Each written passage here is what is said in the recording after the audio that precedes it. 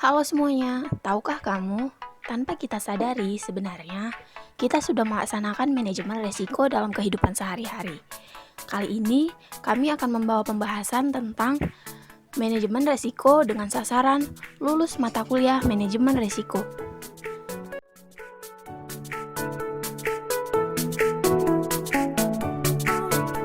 Tahapan pertama adalah penetapan konteks.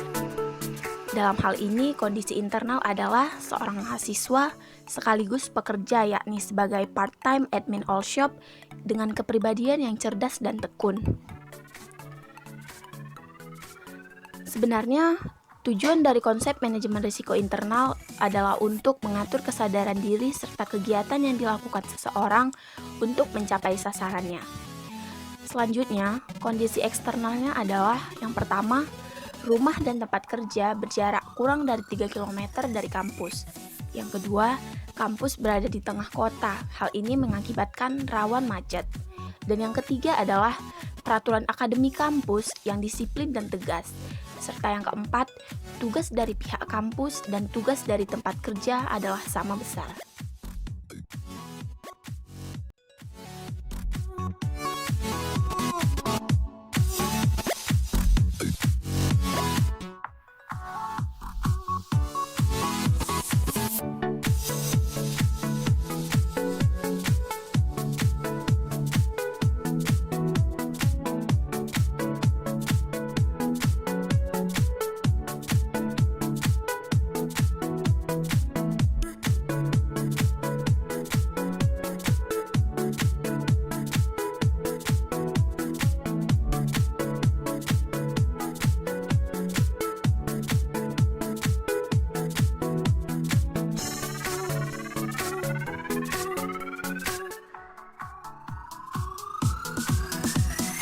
Tahapan selanjutnya adalah identifikasi risiko. Contohnya, risiko terlambat datang ke kampus. Penyebab terjadinya adalah sebagai berikut. A.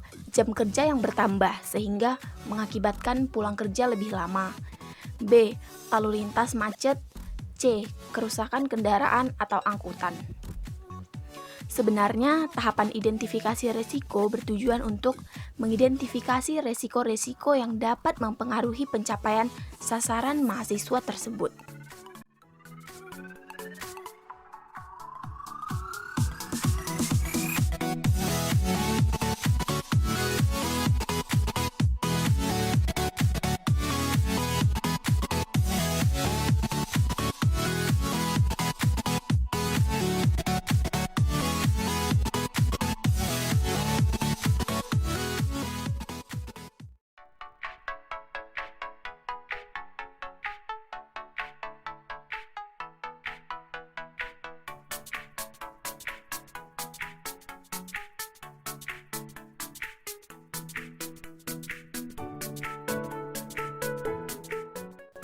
Tahapan selanjutnya adalah tahap analisa risiko.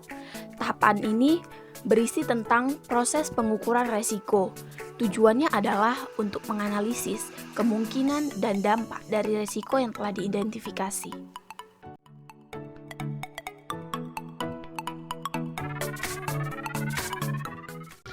Tahapan selanjutnya adalah evaluasi risiko. Dalam evaluasi risiko ini mempunyai 3 prioritas risiko. Prioritas yang pertama yaitu risiko tidak mengikuti kuis dan ujian baik secara online maupun offline. Risiko yang kedua yaitu tidak selesai mengerjakan tugas. Risiko yang ketiga yaitu terlambat datang ke kampus. Nah, penanganan risiko yang berupa perencanaan atas mitigasi risiko-risiko untuk mendapatkan alternatif solusinya sehingga penanganan risiko dapat diterapkan secara efektif dan efisien.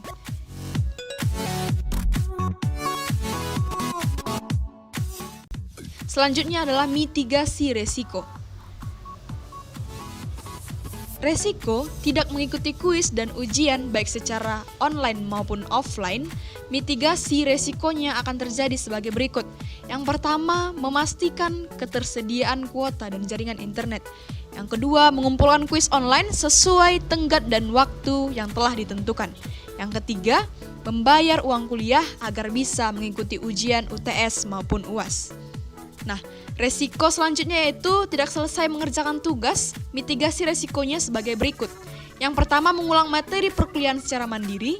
Yang kedua, meningkatkan kesadaran diri untuk mengerjakan tugas. Dan yang ketiga, mengumpulkan tugas tepat waktu. Nah, apabila resiko terlambat datang ke kampus terjadi, maka mitigasi resikonya adalah sebagai berikut. Yang pertama, jam kerja yang berakhir sebelum perkuliahan dimulai. Yang kedua, mencari jalur alternatif paling cepat ke kampus. Dan yang ketiga, memastikan ketersediaan bensin sepeda motor. Jika sudah terlambat dan tidak bisa mengikuti kelas, maka haruslah mencari kelas lain sebagai pengganti dari kelas yang tidak masuk. Apabila terjadi risiko yang baru, maka kita harus melaksanakan mitigasi yang baru. Sehingga mitigasi risiko ini harus dilaksanakan secara terus-menerus dan berkesinambungan.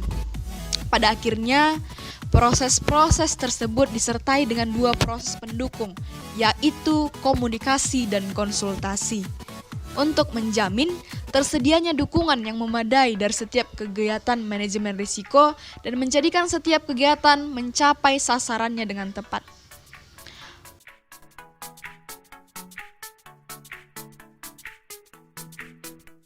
Nah, proses pendukung lainnya dalam penerapan manajemen risiko adalah komunikasi kepada manajemen dan unit-unit kampus sehingga setiap mahasiswa memahami atas kesadaran risiko, budaya risiko, dan kematangan risiko.